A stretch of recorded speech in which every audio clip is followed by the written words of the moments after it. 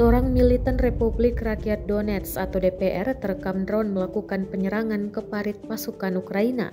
Militan DPR itu nekat melawan 4 tentara Ukraina yang keluar dari paritnya.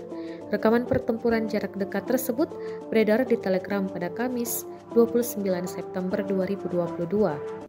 Dalam keterangan unggahan disebutkan, seorang prajurit dari Resimen ke-11 DPR terlibat dalam pertempuran yang tidak seimbang dengan 4 militan Ukraina. Granat pertama dari militan DPR terbang tepat di kaki dua nasi.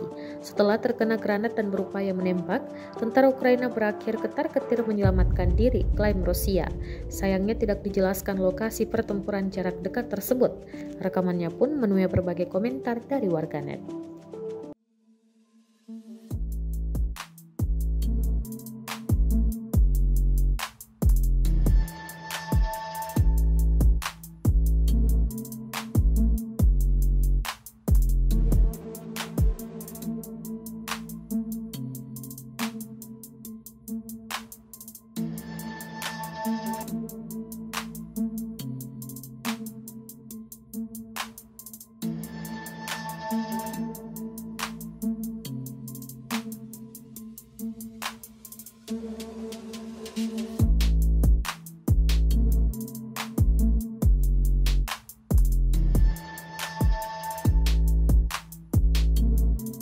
Terima kasih sudah nonton.